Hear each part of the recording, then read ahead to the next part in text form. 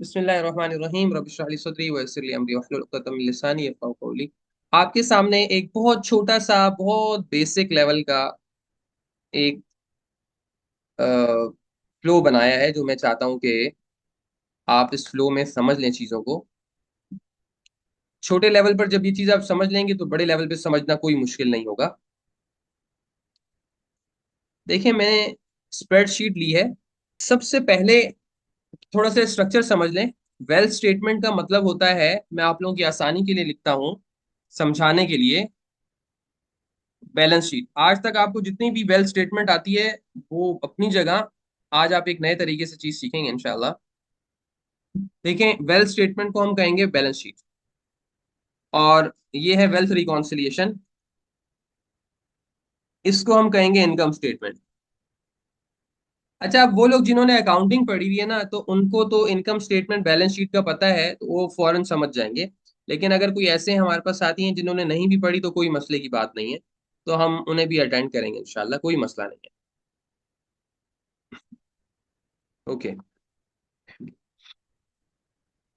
अच्छा, अकाउंटिंग का एक रूल है जिसे हम कहते हैं डबल एंट्री सिस्टम। और मैंने मैसेज भी किया था कि भाई वेल्थ वगैरह हम पढ़ेंगे तो डबल एंट्री सिस्टम आप लोग अपने तौर पे समझ लीजिएगा, और मैंने वीडियो भी आपसे शेयर कर ली थी। तो आज डबल एंट्री सिस्टम थोड़ा सा समझाऊंगा, और आपको वेल्थ रिकंसिलिएशन बताऊंगा।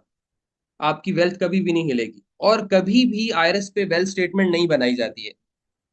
इवन रिटर्न भी नहीं बनाई जाती। आपने पिछली दो क्लासेस, आपने अब तक तीन क्वेश्चन किए हैं पार्टनरशिप के, मैन्युफैक्चरिंग कंसर्न का और इंडस्ट्रियल अंडरटेकिंग का और कमर्शियल इंपोर्टर का। हम आपने देखा कि आईआरएस हमने बाद में भरा, balance sheet, income statement, tax computation, पहले हमने एक्सेल के ऊपर पूरी कंप्यूटेशन की थी। तो इंडिविजुअल में भी यही करना है, पहले आप एक्सेल में आप काम करेंगे तभी तो पता चलेगा आईआरएस सही भी काम कर रहे हैं या नहीं कर रहा है। अच्छा, इंडिविजुअल के केस में सबसे पहला काम आपका ये है कि उसका बैंक ले लीजिए। तो आज तो हम अपनी आसानी के लिए कह रहे हैं कि एक क्लाइंट है हमारा, उसका नाम है उमेर गुलजार। और उमेर गुलजार का सिर्फ एक बैंक अकाउंट है और कुछ भी नहीं। अच्छा, क्योंकि ये एसेट है उमेर गुलजार का, तो हम वेल्थ स्टेटमेंट में क्या आता है, वेल्थ स्टेटमेंट में दो चीजें आती हैं, एक आता है एसेट्स और एक आता है लाइबिलिटी, लाइबिलिटीज। अब हम कह रहे हैं कि सिर्फ एक बैंक है उमेर गुलजार का और कुछ भी नहीं है। बैंक क्योंकि एसेट है, तो हमने आखिर के डिजिट ले लिए, और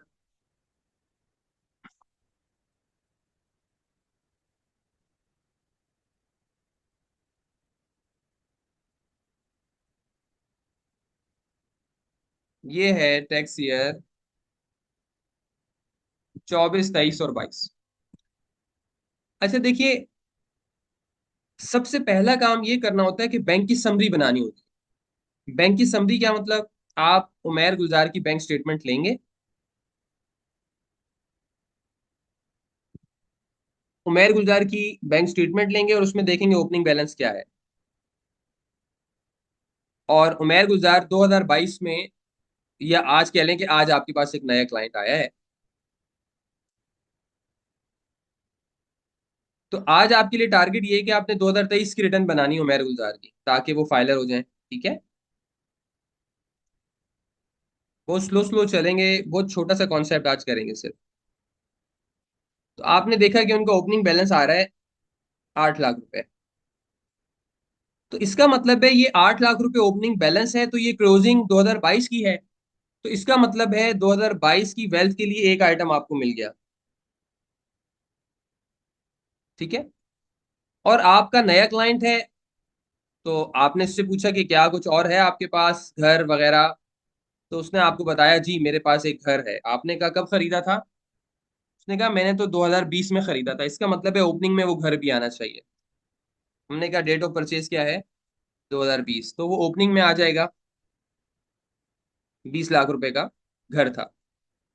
इसके अलावा कोई क्लोजिंग हमने उनसे पूछा है, उसने कहा नहीं। तो हमने कहा लाइबिलिटी कुछ थी नहीं, तो हम लाइबिलिटी अवॉइड करते हैं। हमने कहा चलो, ये जो कैश है ना, लोग क्या करते हैं कि भाई 50 लाख रुपए कैश रख देते हैं, या एक और आइटम मैं आपको यहाँ बता देता हूँ, एक और कारनामा अंजाम सर अंजाम देते हैं, ज्वेलरी। यहाँ डाल देते हैं 20 तोले ज्वेलरी। भाई ये गलत है, ऐसा मत कीजिए। आप उमैर गुलजार को देखें, उमैर गुलजार का क्या स्टेटस है। उमैर गुलजार एक सैलरीड इंडिविजुअल हैं, अभी हम देख लेंगे। हमने 2023 की उनकी बैंक की समरी बनाई, हमें पता चला उनकी 1 लाख रुपए सैलरी है। 12 से मल्टीप्लाई किया, 12 महीने उनकी सैलरी आई है। एम्प्लॉयर से इन्होंने 3 लाख रुपए का लोन लिया है। भाई ने 1 लाख रुपए उनको गिफ्ट किया है। तो पूरे साल में 16 लाख रुपए आए हैं। कैश विड्रॉल इन्होंने किया है 6 लाख रुपए, जिस जो कि कैश विड्रॉल इनके पास मौजूद है, इनके पास रखा हुआ है। और कुछ एक्सपेंसेस इन्होंने कर दिए 8 लाख रुपए के, और बैंक चार्जेस 5,000 रुपए के। तो इनके पास क्लोजिंग बैलेंस था 9,95,000। तो एक आदमी का आपको ट्रेंड नजर आया कि तकरीबन 16 लाख कमाता है, 14 लाख खर्च कर देता है, 2 लाख रुपए की सेविंग हो जाती है। तो अब आप उसका ओपनिंग कैश रख देते हैं 50 लाख रुपए। तो ये तो बिल्कुल आप उसको मरवाने वाला काम करेंगे ना। तो इसलिए कैश आप ज्यादा से ज्यादा उनका 5 लाख रुपए रख दीजिए बस। इसी तरह ज्वेलरी अगर कुछ रखनी ही है तो ठीक है, 2 लाख रुपए की रख दें। 1 तोला या 2 तोला, 3 तोला। लेकिन 50-50 तोला, ऐसे ऐसे अजीब अजीब चीजें सामने आ जाती हैं, ऐसा ना करें। और फिर ये कि ऐसा नहीं होता कि ज्वेलरी के बेचने पर कोई गेन टैक्स ना हो, कैपिटल गेन टैक्स होता है। तो हमने क्या किया, इस तरह से 35 लाख रुपए की एक उनकी वेल्थ हमने जनरेट कर ली। हम एक्सप्लेन भी कर सकते हैं इसको, बहुत आसान सी है। किसी ने पूछा भी तो हम बता सकते हैं। एक काम और कर सकते हैं, जाहिर है कुछ ना कुछ लैपटॉप वगैरह, कुछ फर्नीचर वगैरह पर्सनल आइटम्स होते हैं, तो पर्सनल आइटम्स भी आप कुछ ना कुछ डाल दीजिए। हम एक 5 लाख रुपए के पर्सनल आइटम डाल सकते देते हैं। अब हमें पता है 40 लाख के इनके एसेट है। ठीक है, ये 3-4 साल से हमारे पास हिस्ट्री भी आ गई, तो हमने ये ओपनिंग वेल्थ क्रिएट कर ली। ये आज आया है मेरे पास क्लाइंट, आप एक आज एक क्लाइंट आया, उसका काम कर रहे हैं। तो सबसे पहले आपने स्प्रेडशीट पे उसकी ओपनिंग वेल्थ उठानी है। जब आपने ओपनिंग वेल्थ उठा ली तो आप क्या करें, फिर ये क्लोजिंग वेल्थ पे फॉर्मूला लगाएं। और ओपनिंग वेल्थ 22 की भी इस यही रख लें। जाहिर है यहाँ अगर आप यहाँ 21 का भी काम कर रहे होते तो ये डिफरेंट अमाउंट होता। ये वाला अमाउंट देखें, बताओ आपको ये वाला अमाउंट। लेकिन ये मैं आपको समझा रहा हूं कि ओपनिंग भी आप यही वाली रखेंगे, यही वाली। एज्यूम करेंगे कि 21 की वेल्थ भी 40 लाख ही थी, तभी तो आप आगे बढ़ेंगे ना। आपको 22 के अंदर भी जीरो जीरो करना है डिफरेंस। देखिए अब आपके पास क्लोजिंग और ओपनिंग में डिफरेंस जीरो है, तो अब यहां से आप आगे ओपनिंग लेके चलेंगे। चलिए आगे चलते हैं। अब आप देखिए, ये समरी आपके पास 23 की मौजूद है। सबसे पहले आपने ये समरी बनानी होती है बैंक स्टेटमेंट लेके। अच्छा, ये जो हम काम करते हैं कि ओपनिंग बैलेंस यहाँ डाला, क्लोजिंग बैलेंस यहाँ डाला, सैलरी यहाँ डाली और रिटर्न भर दी, ये गलत तरीका है। अगर आपने ऐसा किया तो हो सकता है ड्यूरिंग द फाइनेंशियल ईयर कोई यहाँ से पेमेंट हुई हो जिसमें कोई एसेट क्रिएट हुआ हो, यहाँ पे कोई लोन आया हो, गिफ्ट आया हो, कोई इनहेरिटेंस आई हो, अमाउंट कोई फॉरेन रेमिटेंस आई हो, तो वो आप मिस कर जाएंगे। तो ये गलत तरीका है, इसलिए बैंक की समरी बनाना बहुत जरूरी है। अच्छा, आगे हम सीख लेंगे। आप ये कह सकते हैं जुनेद भाई 20-20 सफ़े, 30-30 सफ़े होते हैं, और क्लाइंट तो सिर्फ 3-4 हज़ार रुपए दे रहा है, तो हम कैसे समरी बनाएं।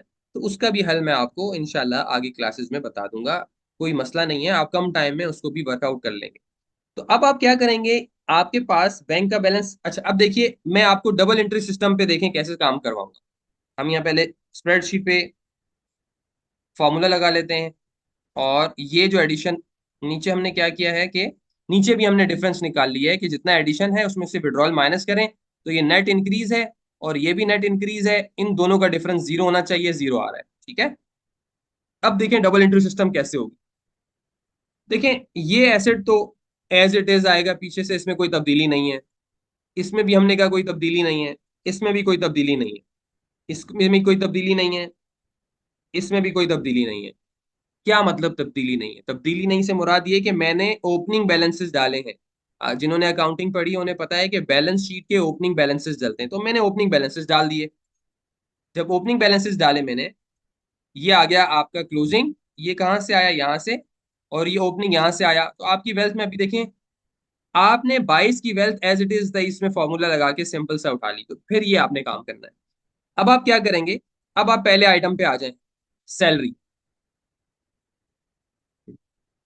1 मिनट होल्ड कीजिए।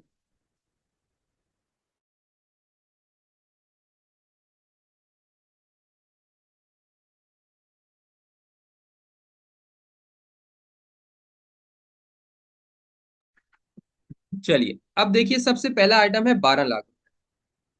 आप अकाउंटिंग कर रहे हैं, आप अकाउंटेंट हैं। सैलरी क्या है? इनकम है।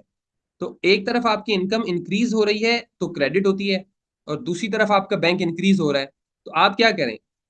अब पहले आप देखिएगा यहाँ पे डिफरेंस का आपके सामने आ जाए ये, इसको मैं इस वाले कॉलम को आपको दिखाऊंगा, ये इसको हम कर देते हैं रेड। देखिए एडिशन में मैंने डाला, ये मेरी इनकम स्टेटमेंट है, ठीक है। इनकम स्टेटमेंट में मैंने देखे यहाँ बैंक से रेफर कर लिया सैलरी। सैलरी इनकम मेरी 12 लाख आई, देखें 12 लाख का डिफरेंस आ गया नीचे। एक एक आइटम की एंट्री करूंगा, मेरी वेल्थ बिल्कुल टैली रहेगी। अब 8 लाख ओपनिंग थे, प्लस कर दी मैंने इसमें सैलरी, मेरे पैसे हो गए 20 लाख, और नीचे इनकम भी रिकॉर्ड होगी, मेरी रिकॉर्ड सेट हो गई, कोई डिफरेंस नहीं है, वेल्थ टैली चल रही है। उसके बाद मेरे पास आया लोन 3 लाख रुपए का। ठीक है, अब लोन इनकम स्टेटमेंट में तो नहीं आएगा, रिकॉर्ड में नहीं आएगा, लिहाजा वेल्थ में आएगा, तो ठीक है, मैं लाइबिलिटी भी एक क्रिएट कर लेता हूं। तो मैंने यहां लाइबिलिटी क्रिएट की, लाइबिलिटी। अच्छा, लाइबिलिटी में माइनस में क्रिएट कर रहा हूं, -3 लाख। तो आप देखिए नीचे डिफरेंस आ गया। अब डिफरेंस कैसे क्रिएट सही होगा कि आप जब आपको लोन आता है आप क्या एंट्री करते हैं, आप कहते हैं liability credit bank debit, bank बढ़ता है तो आप बैंक में इजाफा कर दीजिए 3 लाख रुपए से। अब देखिए आपकी वेल्थ रिकनसाइल होगी। उसके बाद नेक्स्ट आइटम है आपका गिफ्ट। अब गिफ्ट आपकी इनकम तो नहीं है, अगर आपने कैपिटल रिसीट और रेवेन्यू रिसीट के कॉन्सेप्ट को पढ़ा हुआ है मेरे साथ, तो आपको पता है कि ये रेवेन्यू रिसीट नहीं है, कैपिटल रिसीट है। लेकिन जाहिर सी बात है, हम यहाँ पर कोई आईएफआरएस के तहत इनकम स्टेटमेंट नहीं बना रहे, हमने तो आपको सिर्फ एक समझाने के लिए कहा है इनकम स्टेटमेंट है। लेकिन आएगा कहाँ गिफ्ट भी, एडिशन में आएगा। ये इनफ्लोज होते हैं बेसिकली, एडिशन का मतलब inflows in assets, inflows in cash, के आप ड्यूरिंग द ईयर आपके पास कितने इनफ्लोज आए हैं, चाहे वो रेवेन्यू रिसीट हो चाहे कैपिटल रिसीट हो, तो आप यहाँ लिख देंगे गिफ्ट। तो आपने जैसी गिफ्ट लिखी यहाँ पे, तो देखिए आपकी वेल्थ आउट हो गई। तो अब आप अपने बैंक में गिफ्ट को भी ऐड कर दीजिए, तो आपकी वेल्थ दोबारा टैली होगी। अच्छा, अब आप आइए, हमारे पास बैंक की समरी से एडिशन साइड सारी खत्म हो गई। अब विड्रॉल साइड में आ जाएं तो आपके पास आ गए एक्सपेंसेस। एक्सपेंस डेबिट होता है और कैश क्रेडिट होता है, तो आपने ये एक्सपेंस लिया और ये एक्सपेंस लिया, तो आपकी देखें वेल्थ आउट हो गई। तो आपने क्योंकि ऊपर से बैंक में से एक्सपेंसेस माइनस नहीं किए, तो आप माइनस कर दीजिए ये एक्सपेंस भी और ये एक्सपेंस भी। अब देखिए नीचे आपकी वेल्थ टैली होगी। उसके बाद एक आइटम बच गया कैश विड्रॉल का। अब ये तो एक्सपेंस नहीं है, ये तो एक एसेट डिक्रीज हुआ दूसरा एसेट इंक्रीज हो गया। तो ठीक है, मेरा 5 लाख कैश ओपनिंग में था, 6 लाख विड्रॉ किया, तो मेरा कैश अब हो गया 11 लाख। तो मेरी वेल्थ तो आउट हो गई। तो मुझे क्या करना चाहिए, अपने बैंक के अंदर से माइनस कर देने चाहिए 6 लाख रुपए। अब ये बैलेंस आप देखिए क्या आ रहा है, 9,95,000। ये मैंने टाइप नहीं किया है, ये मैंने जितनी एंट्रीज थी उन तमाम एंट्रीज को बैंक की समरी से देख के किया, और देखिए मेरा बैलेंस क्लोजिंग बैलेंस से टैली है। तो अगर आप किसी का ऐसे प्रॉपर काम करेंगे, तो कभी भी आपकी वेल्थ नहीं हिल सकती, कभी भी नहीं हिल सकती। हम क्या करते हैं, डायरेक्ट या आईआरएस पे कर रहे होते हैं या क्लोजिंग बैलेंस लेके इनकम डाल के, तो वेल्थ हमेशा आउट हो रही होती है। फिर हम परेशान होते हैं कि वेल्थ हमारी क्यों आउट हो रही है। अब आपने पहले बैंक की समरी बनाई, फिर आपने इस तरह से थोड़ा सा टाइम 10 मिनट लगा दिए, 20 मिनट लगा दिए, आपकी एक एक एंट्री एक्यूरेटली अपनी जगह पे चली गई। अच्छा, आप में से कोई ये कह सकता है जुनेद भाई विथहोल्डिंग टैक्स भी तो कटता है एक्चुअली, जो सैलरी है। अच्छा, सैलरी जो थी वो 12 लाख बैंक में आई है, आप कहेंगे सैलरी क्रेडिटेड तो 12 लाख थी, लेकिन ग्रॉस सैलरी जो थी वो 13 लाख थी। मैं एक ही आइटम ले लेता हूँ एडजस्टमेंट का, और हालांकि आइटम तो ज्यादा हो सकते हैं, पीएफ हो सकता है वगैरह वगैरह, लेकिन मैं आज सिर्फ समझाने के लिए, भाई 1 लाख रुपए तो विदहोल्डिंग एम्प्लॉयर ने कर लिया, 1 लाख रुपए तो टैक्स काट लिया, ये कैसे एडजस्ट होगा, अदरवाइज तो पीएफ भी हो सकता है। तो इसकी एडजस्टमेंट कैसे करेंगे, चलिए आ जाइए, आप जेवी के कॉन्सेप्ट पे आ जाइए। जेवी का क्या कॉन्सेप्ट होता है, ना इनफ्लो होगा कैश का, ना आउटफ्लो होगा कैश का, तो ठीक है। और वैसे भी जो टैक्स है वो आपने एक्सपेंस ही करना होता है। हाँ, अगर आपका रिफंड आ जाए तो आपको फिर एक्सपेंस नहीं करना होता, एसेट बनाना होता है। लेकिन एम्प्लॉय के केस में तो आपको मालूम है, जो एम्प्लॉयर टैक्स काटता है वो सारा ही एक्सपेंस कर देते हैं। तो आप यहां लिख दीजिए एडवांस टैक्स अंडर सेक्शन 149। कितना? 1 लाख रुपए। आपकी तो वेल्थ आउट हो गई। ये तो आपको कंफर्म पता था, आपने सैलरी सर्टिफिकेट से देख लिया, बैंक में तो ये नहीं था। तो दूसरी तरफ आप क्या कर दीजिए, कुछ भी नहीं कीजिए, अपनी सैलरी से सैलरी को बढ़ा दीजिए। ये लीजिए सैलरी बढ़ा दी। और मैं सब मजीद सपोज कर लेता हूं कि चलिए ये ग्रॉस सैलरी 14 लाख है, 1 लाख उसमें विथहोल्डिंग था, और 1 लाख रुपए, बल्कि 13,50,000 था। 50,000 रुपये हम सपोज कर लेते हैं कि आपका प्रोविडेंट फंड कटा है, एम्प्लॉय पोर्शन। ठीक है। तो प्रोविडेंट फंड तो एसेट होता है, तो आपको तो एसेट क्रिएट करना पड़ेगा। तो आपने 50,000 रुपये प्रोविडेंट फंड बुक कर लिया, आज जो आपकी सैलरी से कटा, आपकी वेल्थ आउट हो गई, कोई बात नहीं, क्योंकि आपकी आपने ग्रॉसअप नहीं किया था सैलरी को, तो आप यहां से ग्रॉसअप कर लीजिए। प्लस सैलरी भी देखिए मैंने यहां से नहीं उठाई, मैंने जो एडजस्टमेंट्स करता गया वहां से मैंने सैलरी को टॉप अप कर दिया। अब आप ये देखिए मेरी सैलरी भी बिल्कुल टैली हो गई इससे, ये सैलरी मेरी ग्रॉस सैलरी से भी टैली हो गई। तो आज की क्लास में मैं थोड़ा सा आपको ये बताना चाह रहा हूँ कि अगर आप जरा आराम से ध्यान से काम करेंगे, आपकी वेल्थ कभी भी खराब नहीं होगी, कभी भी आपकी वेल्थ डिस्टर्ब नहीं होगी।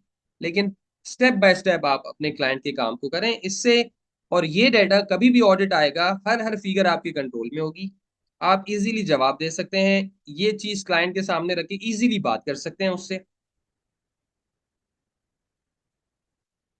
और ये भी हमने डिस्कस किया कि ये देखिए 22 की जो वेल थी, ये क्लाइंट आज आया था आपके पास, क्योंकि उसकी सिम बंद हो गई थी। तो आप जो है ये वाली फिगर जो है, ये फिगर जिसको मैंने अब कलर किया है, ये फिगर खुद नहीं वर्कआउट करके लानी है, आपने तुक्का नहीं मारना है। ये फिगर हमने एक बेसिस से वर्कआउट करके लाई है। ये देखें, ये इसकी बेसिस है, हमने अपनी तरफ से फिगर नहीं ली। अब 4 million is represented by a house of 2 million, opening balance in HBL 8 lakh, personal assets, jewellery and cash. अच्छा, आप में से किसी के जहन में ये आ सकता है, हो सकता है प्रोविडेंट फंड तो लास्ट ईयर भी हो। हाँ बिल्कुल हो सकता है। अगर लास्ट ईयर प्रोविडेंट फंड होता तो आप क्या करते? कुछ भी नहीं करते। लेट्स सर एक से, सवाल पूछा। रुक जाइए अभी। लेट्स सपोज पिछले साल तक, अच्छा ये एक्यूमुलेटेड होता है। लेट्स से यहाँ तक हम इनका पीएफ 10 लाख रुपए था, जो आपने एम्प्लॉयर की स्टेटमेंट से देख लिया, तो कोई बात नहीं, आप 10 लाख रुपए लेते। और अब क्या करते आप? 10 लाख प्लस 50,000, आपकी वेल्थ देखें बिल्कुल आउट नहीं होगी।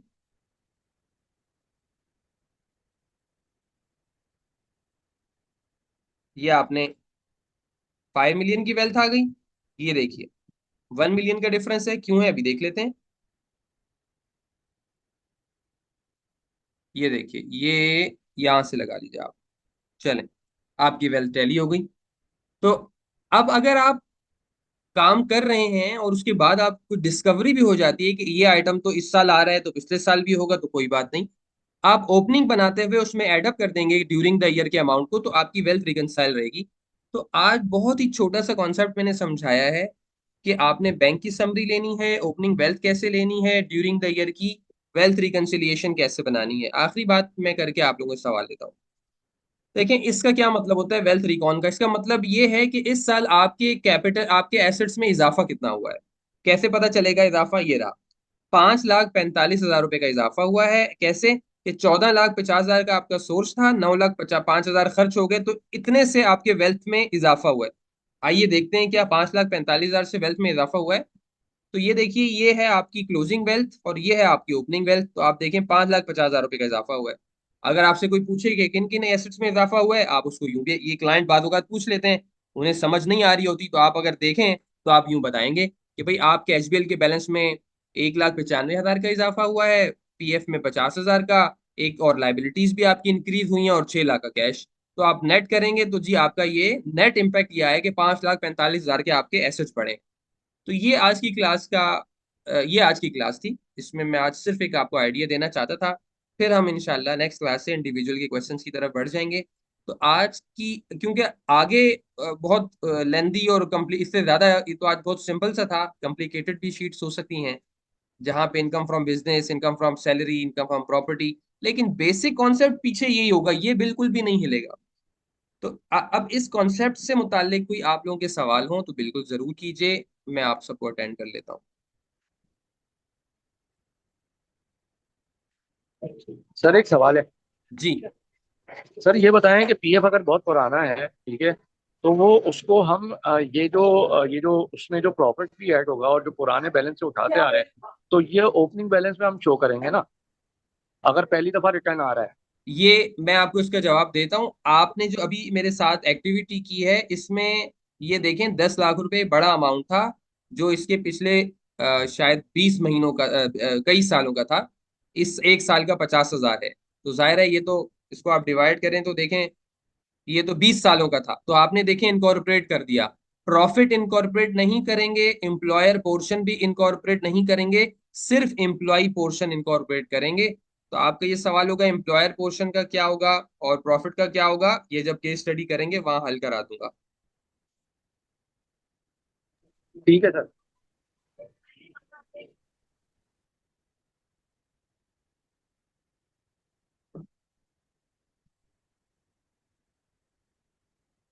जी, किसी और का सर सवाल? जी सर ये बोलिए। जो लोन लिए, लाइबिलिटी लिए 3 लाख की, तो देखा जाए ये भी एडिशन में नहीं आएगा? गिफ्ट गिफ्ट के पास नहीं आना चाहिए लोन? देखो ये कैपिटल आप, एसेट नहीं है ये? नहीं आप मुझे एक बात बताएं कि लाइबिलिटी इनकम स्टेटमेंट आइटम होता है या बैलेंस शीट आइटम होता है, ये बताएं। नहीं, बैलेंस शीट। तो फिर नीचे कैसे लेके जाऊंगा इसको मैं? Wealth statement is like balance sheet. ठीक है, सही। जी, और किसी का कोई सवाल? मिनाज भाई, ये तो एक्सेल की शीट तो आपको ड्राइव में, और आज की रिकॉर्डिंग तो ड्राइव में डली डल जाएंगी ना, तो वहां से आप एक्सेस कर लीजिएगा। जी, क्लास एंड है शारिफ, बस आज मैं यही पढ़ाना चाहता था। क्वेश्चंस हैं सर तो ये कर लीजिए। सर मेरा सवाल शायद थोड़ा सा इससे टॉपिक से हट जाए। वो ये कि जो नॉन रेजिडेंट होगा उसके रिटर्न वेल्थ के अंदर क्या होगा। मैंने बहुत सारी जगह सुना है कि नॉन रेजिडेंट की वेल्थ बनाना जरूरी नहीं है। और नॉन रेजिडेंट की जो वेल्थ है वो बनाना तो जरूरी है, एक्सेल में तो आपको लाजमी बनानी है। अलबत्ता उसको जमा नहीं कराना आईआरएस पे। तो जमा ना कराना एक अलग मसला है, लेकिन एक्चुअली नॉन रेजिडेंट का सिर्फ इतना एरिया जमा होता है, मैं आपको बता रहा हूँ, ये एरिया जमा होता है, ये एरिया बस, यहां तक जमा होता है नॉन रेजिडेंट का। लेकिन अगर ये एरिया आप बनाएंगे नीचे वाला, तो इसके बगैर तो नहीं आप बना सकते ना। जब कल वो पाकिस्तान में आएगा और जिस साल वो वेल्थ दिखाएगा वो तो इस क्लोजिंग वेल्थ को दिखाएगा। तो उससे कोई पूछेगा भाई ये क्लोजिंग वेल्थ कैसे आई, तो उसको ये एक्सेल की स्प्रेडशीट दिखानी पड़ेगी। तो इसलिए वेल्थ स्टेटमेंट बनाना तो जरूरी है स्प्रेडशीट पे। हाँ, वो जमा ना कराना चाहे तो ऑप्शन मौजूद है कानून में कि वो जमा ना कराए। करवाना चाहे तो करवा सकते हैं। जी, वॉलेंटरली कराना चाहते हैं हम तो कर देते हैं, क्योंकि वो प्रॉपरली आईआरएस पे जा रहा होता है जिस साल वो पाकिस्तान आता है, तो कोई प्रॉब्लम नहीं होती, वो हिस्ट्री आ रही होती है। दूसरा ये कि अब उसकी जो इनकम है वो तो बाहर है, तो वो अपने इनकम तो वहां की तो शो नहीं करवाएगा, तो उसकी जी इनकम नहीं क्या कर, कर। जी नॉन रेजिडेंट के लिए सिर्फ पाकिस्तान सोर्स एसेट्स और पाकिस्तान सोर्स इनकम दिखाना जरूरी होती है। बाहर के एसेट्स और इनकम उसने नहीं दिखाना। थोड़ी एग्जांपल दे देंगे, इसको थोड़ा मजीद इसको थोड़ा सा डिफाइन कर देंगे। मिसाल के तौर पर आप अमेरिका में हैं और आप अमेरिका में बिजनेस कर रहे हैं, वहां से आपने प्लॉट भी बनाया हुआ है, आपका फार्म हाउस भी है, पेट्रोल पंप भी है, आप 4 मिलियन की जो है इनकम करते हैं सालाना। लेकिन पाकिस्तान के अंदर आपके एक मीजान बैंक के अकाउंट में सिर्फ 10 लाख रुपए पड़े हुए हैं और उसमें बैंक प्रॉफिट आ रहा है। तो आपके लिए जरूरी सिर्फ ये है कि 10 लाख का मीजान बैंक डिक्लेयर कर दें और उसका बैंक प्रॉफिट डिक्लेयर कर दें। अमेरिका की किसी चीज को आप नहीं दिखाएंगे, क्योंकि आप नॉन रेजिडेंट हैं, ये मतलब है इसका। ठीक है। अच्छा सर, दूसरा ये कि जैसे मेरे अपना भाई है, वो पाकिस्तान में बाहर रहता है, और उसकी यहाँ कोई इनकम नहीं है, कोई प्रॉफिट भी नहीं आता। ठीक है। लेकिन अब उसके एसेट्स में इजाफा हो रहा है, तो क्या मैं इसके रेमिटेंसेस जो अपने अपने पीकेआर अकाउंट के अंदर गिरा रहा है वो, मैं उसको रेमिटेंस कॉलम में डाल के एडिशन कर सकता हूँ? जी बिल्कुल करना चाहिए, फॉरेन रेमिटेंस एक तरफ दिखाएंगे और दूसरी तरफ एसेट्स दिखाएंगे, बिल्कुल। ठीक है, ठीक है। जी सलमान भाई पूछिए, जब सवाल आपका क्या है? सर मैं एक सर लास्ट में वो ये कि मेरा पूरा कंप्लीट हो जाएगा ना, वो ये कि एक बंदा है और वो नॉन रेजिडेंट का रिटर्न फाइल कर रहा है, पर उसका सीएनआईसी ओवरसीज पाकिस्तानी का नहीं है, तो क्या वो एप्लीकेबल होगा? नॉन रेजिडेंट का ताल्लुक इससे थोड़ी होता है कि उसका एनआईसी नाइकॉप है या ओवरसीज का एनआईसी है या क्या है। नॉन रेजिडेंट का ताल्लुक तो पाकिस्तान में प्रेजेंस से होता है ना। अगर वो रेजिडेंट की डेफिनेशन को पूरा उतरता है तो ठीक है, नहीं होता तो नहीं है। इसका ताल्लुक कार्ड से नहीं होता। डन हो गया, थैंक यू सो मच। जी सर सलमान। मैं एक सवाल पूछूं? सलमान भाई पहले सवाल पूछ लें, सलमान भाई। जी। अच्छा जिन भाई बस मैंने ये जो वेल्थ स्टेटमेंट होती है ना बैलेंस शीट, इसमें अक्सर क्लाइंट ये कह रहे होते हैं कि हमारी जो वेल्थ स्टेटमेंट है ना उसको जरा ओवर स्टेटेड करके दिखाएं। जैसे भी बात चल रही थी कि 10 तोला सोना, 15 तोला सोना, और जो फ्यूचर कॉन्सिक्वेंसेस के लिए होता है कि अगर कोई वो अपना एसेट्स बढ़ा रहे हैं और वो डॉक्यूमेंट नहीं करना चाहते तो वो यहाँ से इसको सेट ऑफ करते हैं। तो इस सूरत में कोई फ्यूचर कॉन्सिक्वेंसेज आती हैं टैक्स की तरफ से? देखिए बिल्कुल आते हैं ना। मैं अगर यहाँ चौवे छक्के लगा दूं और यहाँ पे ज्वेलरी दिखा दूं, मैं कोई यहाँ पे 2 लाख के बजाय मैं 50 लाख की ज्वेलरी दिखा दूं, तो कैसे आप करेंगे? कल आप ज्वेलरी बेचेंगे, लोगों के जहन में ये है कि ज्वेलरी बेचो तो पैसा वाइट हो जाएगा और यानी उस पर टैक्स भी नहीं होगा। भाई अगर आप ज्वेलरी बेचेंगे, वो पूछेगा कितने की बेची, गेन तो दिखाएंगे आप। गेन पे टैक्स भी देंगे, गेन एग्जाम किया होता है ज्वेलरी पे। तो ज्वेलरी पे गेन तो एग्जाम नहीं है। अच्छा फिर कोई कोई कोई क्या करता है, 100 बकरियां दिखा देता है, भाई 100 बकरियां, 50 बकरियां। तो ऐसा नहीं करना है। हाँ, अब ये सवाल कि उसके कुछ ऐसे एसेट्स भी हो सकते हैं या कैश ज्यादा चाहिए हो सकता है, तो वो कैसे मैनेज करें? तो उसको मैनेज करने के लिए केस टू केस हम बात कर सकते हैं। जैसे मैं आपको मिसाल देता हूँ, इसी केस में आपको एक चीज नजर आ रही होगी अगर आप गौर करें। ये 6 लाख रुपए आपको नजर आ रहा है, ये बैंक से कैश निकला था और इसने खा लिया था। लेकिन आप वेल्थ में देखें तो कैश 5 लाख से 11 लाख हो गया। तो हमने यहां पर एक अच्छे तरीके से इसको यूटिलाइज किया, 6 लाख को हमने जाया नहीं होने दिया, बल्कि कैश क्रिएट कर दिया। तो अब ये कैश हमें कल काम आ जाएगा। ये हमारा वाइट कैश है और लेजिटिमेट कैश है। हालांकि जाहिर है आपको पता है सैलरी इंडिविजुअल कैश कहाँ होते हो, तो खा लेते हैं कैश। तो कैश इसलिए निकालते हैं कि बिजली का बिल दे दें, या कोई ड्राइवर को सैलरी देनी है, या किराएदार को वो देना है, या बच्चों की फीस जमा करानी है, या परचून वाले से महीने का सामान लाना है। लेकिन आपने उस कैश को क्या किया, कैश को थोड़ा बढ़ा दिया। तो ये एक यहाँ हमने एक एलिमेंट देखा। ये भी एक प्लानिंग है, हमने एक चीज देखी। लेकिन और भी चीजें हो सकती हैं, वो फिर केस टू केस देखी जा सकती हैं। जी आबिद अली क्या सवाल है आपका? जी आबिद अली क्या सवाल है आपका?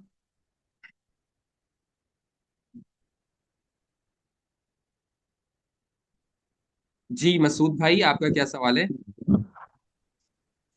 ये सर मैं मैं यही वेट तो कर रहा था बताऊं। कि शायद क्या करेंगे। मेरी वॉइस आ रही है आपको? जी मसूद भाई आपकी आवाज आ रही है, बोलिए। मैं ये कह रहा था मल्टीपल बड़ी बहुत सारी जो ना ऐसी ट्रांजेक्शन्स होती हैं जिसके अगर आप कैश जैसे सैलरी आ जाए, आपको पता है ये सैलरी है, इसी तरीके से भी पता चल जाता है इतने अमाउंट का है, या किसी की तरफ से कोई अमाउंट डाली है लाइबिलिटी के तौर पर, वो भी पता चल जाती है। लेकिन बाद औक़ात इतनी ट्रांजेक्शन मल्टीपल आ रही होती हैं तो उसको जस्टिफाई करना बड़ा मुश्किल हो जाता है और हाँ, आइडेंटिफाई करना भी बड़ा। ये मैं केस कराऊंगा आपको मसूद भाई, एक कॉम्प्लिकेटेड ऐसा केस दिखाऊंगा आपको। एक सैलरी इंडिविजुअल है, उसमें सैलरी भी आ रही है, कमेटी के पैसे भी आ रहे हैं, कंसल्टिंग इनकम भी आ रही है, अदर बैंक ट्रांसफर भी आ रहे हैं, फॉरेन रेमिटेंस भी आ रही है, कोई छोटा मोटा बिजनेस कर दिया वो भी आ गई। ये मैं आपको हैंडल करवाऊंगा इंशाल्लाह, फिक्र नहीं करें। सही है, जी सही है। जी अली उजैर क्या कह रहे हैं? सर मेरा एक सवाल है, एक प्रैक्टिस है जो बड़ी कॉमन है वेल्थ बनाते हुए। वो ये कि जब फर्स्ट टाइम बन रही होती है तो उसके अंदर दिखा देते हैं 10 तोला gold at the time of marriage, और डोरी के अंदर डाल देते हैं वो जहेज में जो ना, और उसकी वैल्यू जीरो लिख देता है। इसके बारे में थोड़ा बताइए, इसकी क्या टिप है? ये अभी तो मैंने जवाब दिया है ना, गलत है ना ये तरीका? बताया तो है अभी आपको, ये गलत है तरीका। अच्छा, और इसको अगर हम निकाल रहे होंगे तो उसको किस तरीके से निकालेंगे, ये भी थोड़ा बता भाई दें। गोल्ड अगर आपने गोल्ड दिखा भी दिया जीरो, 0 रुपए पे 10 तोला, तो 10 तोला आज के हिसाब से बिकेगा आपको 25 लाख रुपए का। तो 25 लाख रुपए के ऊपर आपको नॉर्मल स्लैब के मुताबिक टैक्स देना है, तो आप टैक्स दे दें, कोई एतराज नहीं है किसी को। यार ऐसा ना करें, क्लाइंट जान से मार देंगे। हाँ तो बस फिर अब क्या करें? अगर डालना है 10 तोला जीरो से, तो फिर मरने के लिए भी तैयार हैं। जी सर सालिम सर जी। सर अगर 10 तोले सोना डालते हैं, उसकी कीमत 20 लाख आज के हिसाब से डाल दी, गेन तो उस वक्त होगा ना जब हम 20 का 25 लाख का सोना बेचेंगे। अगर 20 लाख का सोना है तो हम जो है 19 लाख का बेच जाते हैं या 20 लाख का बेच देते हैं, उसके ऊपर गेन तो नहीं ना होगा? हाँ अगर मैं अफसर हुआ तो मैं आपको जो है ना, ये आपकी, ये तो आपका वर्जन है ना, मेरा वर्जन होगा कि 20 लाख का माल आपने 80 लाख का बेचा है, मैं आपको ऑर्डर बना दूंगा 40 लाख का। चलो ठीक है। जी, और किसी का सवाल? जी यासीन भाई पूछिए।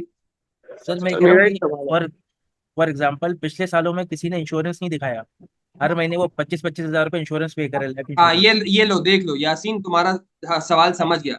अब मिसाल के तौर पर आप 23 की रिटर्न बना रहे थे, उसने कहा यार मैंने तो इंश्योरेंस पॉलिसी ली हुई थी, 10 साल से पे कर रहा हूँ 25 हजार रुपए। इसका मतलब है, अब देखें एक चीज आपने और डिस्कवर कर ली, 25 हजार मल्टीप्लाई बाय 10, 120। तो ये 2.5 लाख आ गए। इस दफा भी आपने 25 हजार पे किया होगा, ये लीजिए।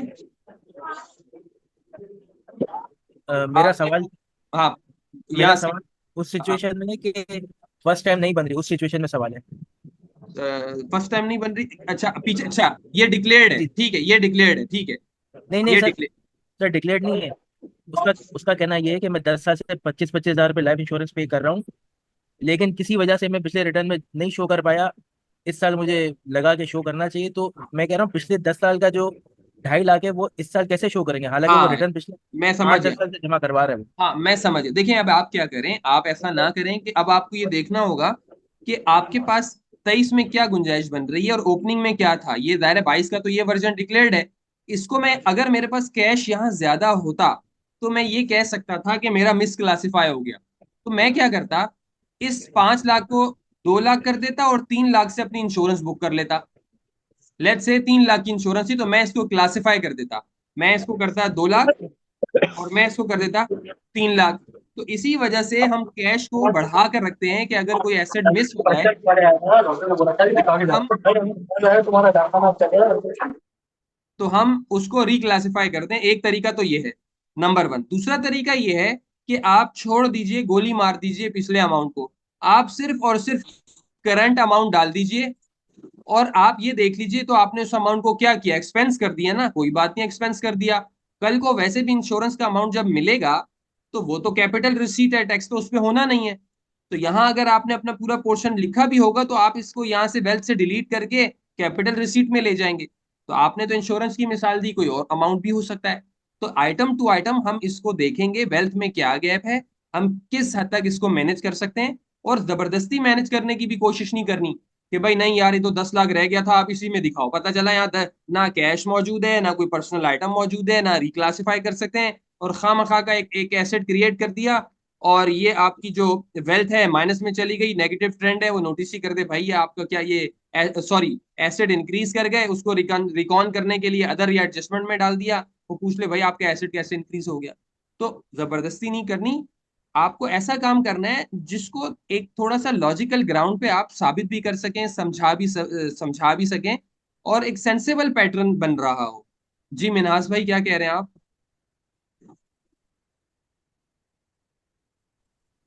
जी मिनहास भाई बोलिए, क्या कह रही हैं आप?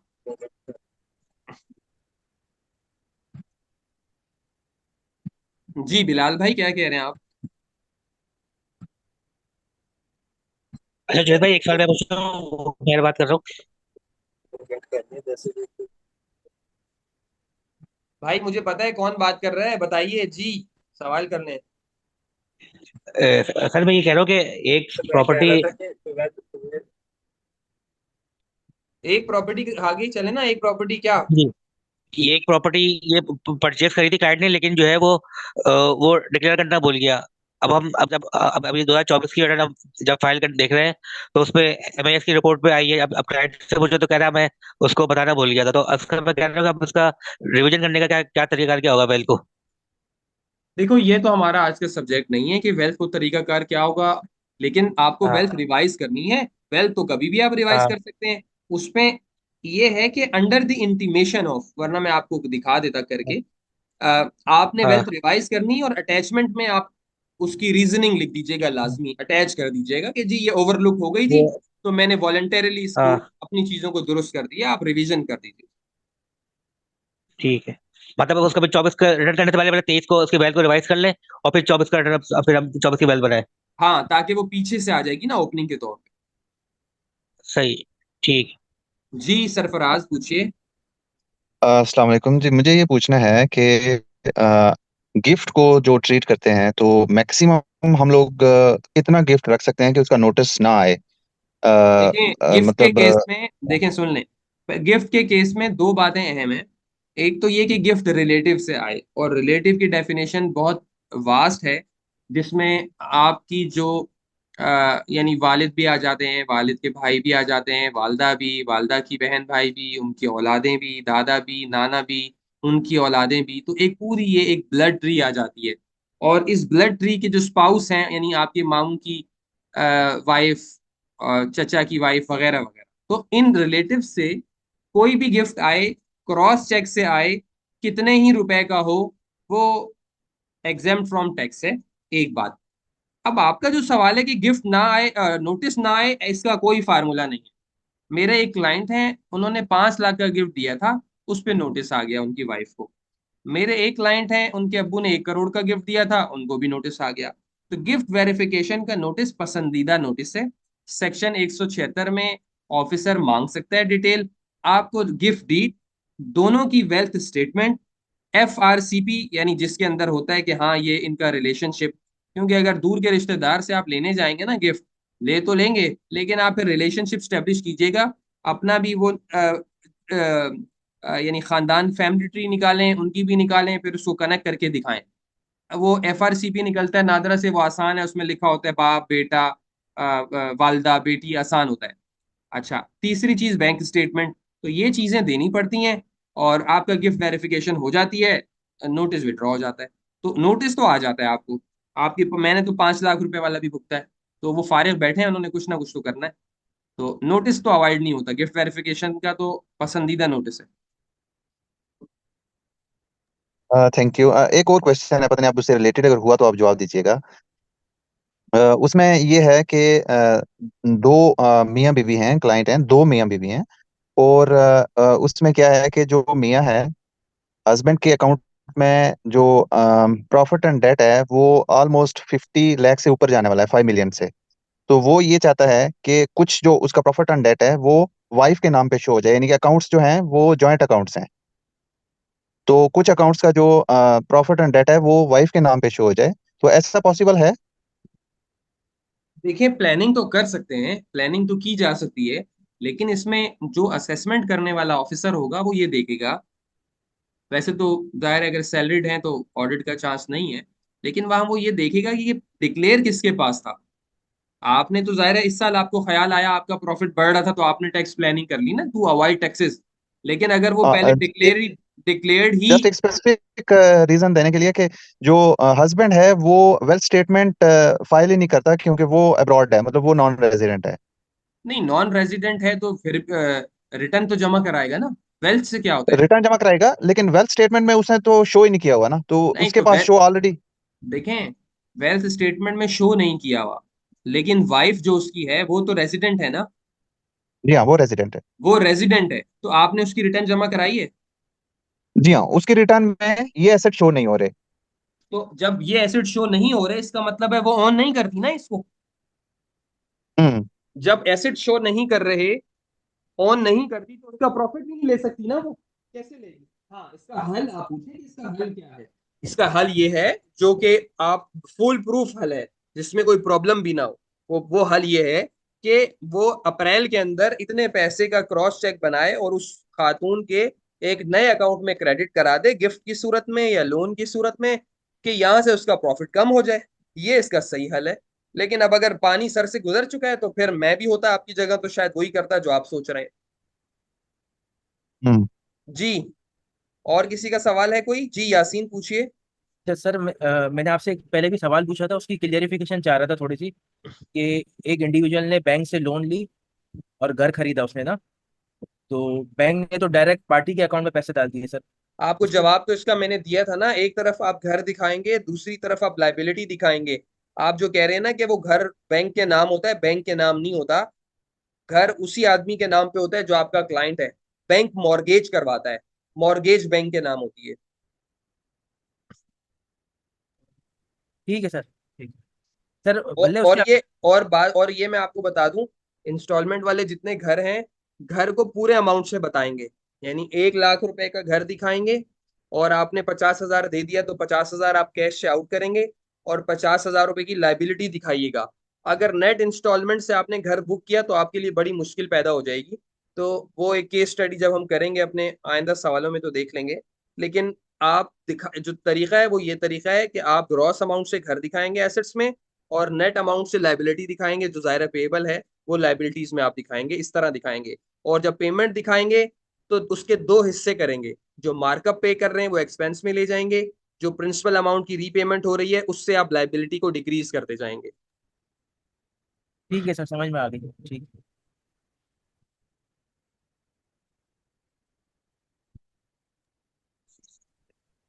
जी उमेर बोलें, क्या सवाल है आपका? अच्छा जैसे भाई मैं एक सवाल में और आ रहा था, जैसे अभी तो आपने ये एसेट साइड दिखाई है ना, अच्छा उसके ऊपर अगर हम वैल्यू को बैलेंस करते हैं तो ऊपर एक बिजनेस कैपिटल भी आ रहा होता है, तो वो आपकी वैल्यू में बिजनेस कैपिटल भी ऐड हो रहा होता है।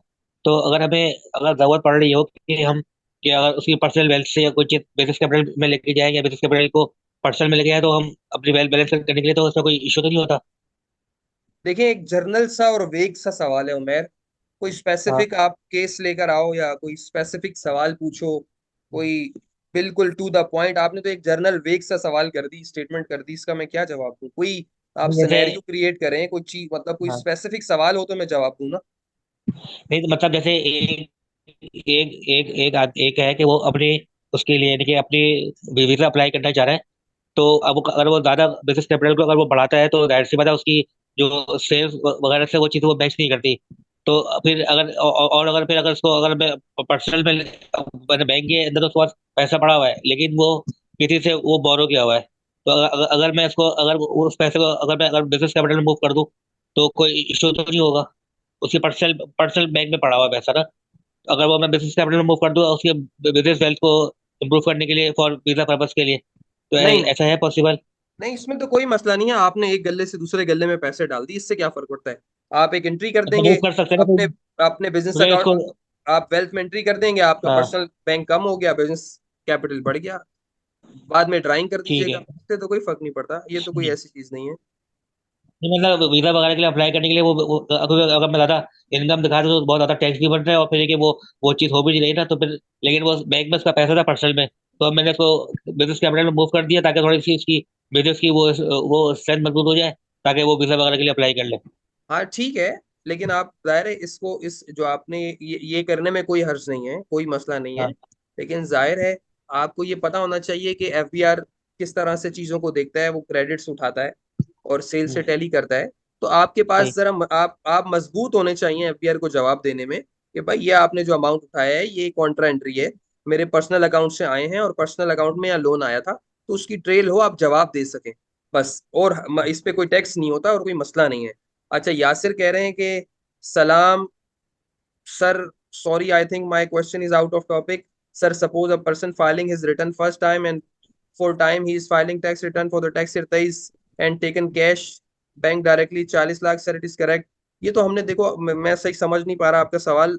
मैसेजेस भी मुझे जो ग्रुप में करते हैं, मैं कहता हूँ ऑडियो भेजो, मैं नहीं समझ पाता। मैं टेक्स्ट मैसेजेस नहीं समझ पाता सही तरह से मैं। तो वैसे तो ये हमने अभी एक वेल्थ बनाई है स्क्रैच से, तो यहाँ आपका सवाल हल हो गया होगा। नहीं तो मुझे आप पहले पर्सनल में ऑडियो भेजिए। Sir, if a person take gift from father and father did not register with, हाँ, अगर फादर एफबीआर से रजिस्टर नहीं है आपके लिए अजाब बनेगा।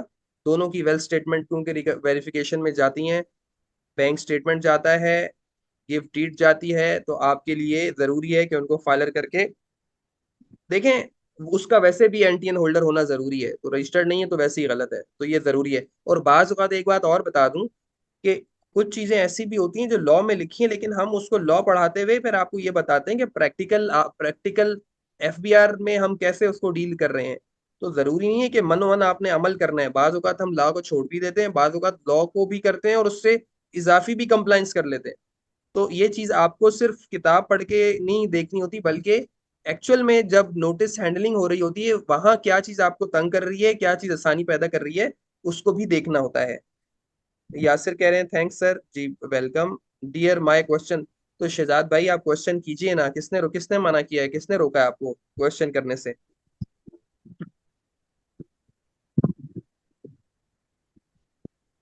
जी बोले शहजाद भाई, क्या सवाल है आपका? कहाँ है शहजाद भाई? चले गए शहजाद भाई? तो जी मसूद भाई बोलिए, क्या सवाल है आपका?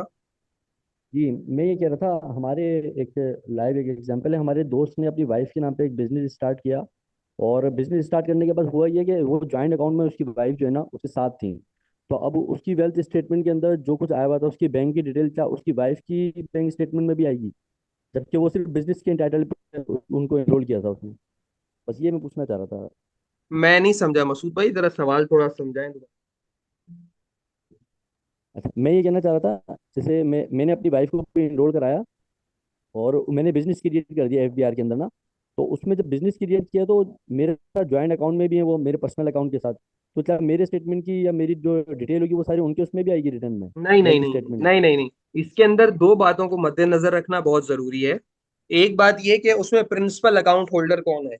आमतौर से ये होता है कि हम इसलिए आपको, अब ये बात तो खैर अब इस पे हंसे हैं रोए, आमतौर से औरतों की उम्रें ज्यादा होती हैं और मर्दों की उम्रें कम होती हैं। तो हल्के अंदाज से मैंने बोल दिया, अब आप समझ जाएंगे। तो हम क्या करते हैं, मर्द लोग कहते हैं कि चलो भाई ज्वाइंट अकाउंट खोल दो, पहले तो हम ही होते हैं, ज्वाइंट अकाउंट वाइफ का हो जाता है कि भाई कोई ऐसी बात हो तो वो देख लें। तो इसका ये मतलब नहीं है कि अगर वो वेल्थ जमा कराएंगी तो ये अकाउंट भी वहां रिफ्लेक्ट होंगे, नहीं बिल्कुल भी नहीं। तो प्रिंसिपल अकाउंट होल्डर अपने पास दिखाएगा। और साथ ही साथ ये चीज भी जरूर देखिए कि उस अकाउंट के अंदर इनफ्लो किसका आ रहा है। अब अगर इवन अगर आप वो सेकेंडरी होल्डर हैं और उसमें उनकी कोई आमदनी आ रही है तो फिर तो उन्हें दिखाना पड़ जाएगा। लेकिन अगर इसके अंदर सिर्फ आप ही की इनकम आ रही, आप सॉरी आप ही के पर्सनल एसेट्स वगैरह हैं जैसे आप बता रहे हैं, सैलरी है या कोई और चीज है, तो नहीं, उनके पास डिक्लेयर होना जरूरी नहीं है। फिर तीसरी बात ये भी ख्याल करना पड़ेगी कि वो डिपेंडेंट है या इंडिपेंडेंट है। अगर वो इंडिपेंडेंट है फिर तो भाई इन एनी केस उन्हें अपनी रिटर्न जमा करानी है। और जाहिर है जब इनफ्लोज आएंगे और ज्वाइंट अकाउंट्स में जा रहे हैं तो फिर तो उनको joint account to that extent दिखाना ही पड़ेगा। अच्छा, लेकिन अगर वो डिपेंडेंट है तो भाई कोई फिक्र की जरूरत नहीं है, सारा कुछ आपकी रिटर्न में आएगा। क्योंकि जब आप वेल्थ जमा कराते हैं तो उसमें आप और आपके डिपेंडेंट बच्चों का और स्पाउस की तमाम एसेट्स आप ही की वेल्थ में आते हैं। ठीक है, बस हमारे पास 2 मिनट है, 2 मिनट में अगर किसी का सवाल है तो कर लीजिए, हम क्लास खत्म कर देंगे। जी सर, मेरा एक क्वेश्चन है कि वेल्थ स्टेटमेंट के अंदर हम बिजनेस कैपिटल शो करते हैं, बिजनेस एसेट शो करते हैं, और जो हेड ऑफ इनकम है बिजनेस का उसके अंदर हम एक सेक्शन है business assets and business liabilities. क्या जो हम वेल्थ स्टेटमेंट के अंदर जितने एसेट्स और कैपिटल शो करते हैं क्या उसके अंदर भी बिल्कुल सेम उतना ही होना चाहिए? आप नहीं, आप दोबारा, आप सवाल में कुछ कमी है, आप सवाल दोबारा करें और जरा और तफसील बताएं क्या कहना चाहते हैं आप। मैं ये कहना चाह रहा हूँ कि बिजनेस कैपिटल वेल्थ के अंदर हम शो करते हैं, मिसाल के तौर पर 10 लाख शो कर दिया, ठीक है। ठीक उसके है। अलावा बिजनेस की हमारी जो फर्नीचर वगैरह या दूसरी चीजें पड़ी हुई हैं वो भी हम्म। हम उधर शो करते हैं। मिसाल के वेल्थ तौर पर बिल्डिंग वेल्थ है, में उसकी एक वैल्यू है वेल्थ के वेल्थ में अंदर, ठीक है। नहीं जी नहीं, जी जी। देखें ये गलत है। वेल्थ के अंदर देखें, बिजनेस की बैलेंस शीट बनती है, बैलेंस शीट में asset minus liability is equal to capital आता है, और कैपिटल उठ के वेल्थ स्टेटमेंट पे आता है। वेल्थ स्टेटमेंट पे सिर्फ बिजनेस कैपिटल आ रहा होता है। उस वो ठीक। अमाउंट टैली करती है बिजनेस की बैलेंस शीट के अंदर, एसेट उठाएंगे उसमें से लाइबिलिटीज माइनस कर दें तो उससे टैली करती है। इस तरह होता है, अच्छा, इस तरह नहीं होता कि बिजनेस के एसेट सारे के सारे खुल खुल के एक एक करके वेल्थ पे आ रहे हो, ऐसा नहीं होता। अब आप कंटिन्यू करें। अब अगर एक बंदे की शॉप है और वो शॉप ऑन करता है, मतलब इसकी जो प्लाट वगैरह जिस पे शॉप बनी है सारी, वो भी हम अपनी वेल्थ स्टेटमेंट में नहीं शो करेंगे सिर्फ? नहीं, अच्छा, ठीक।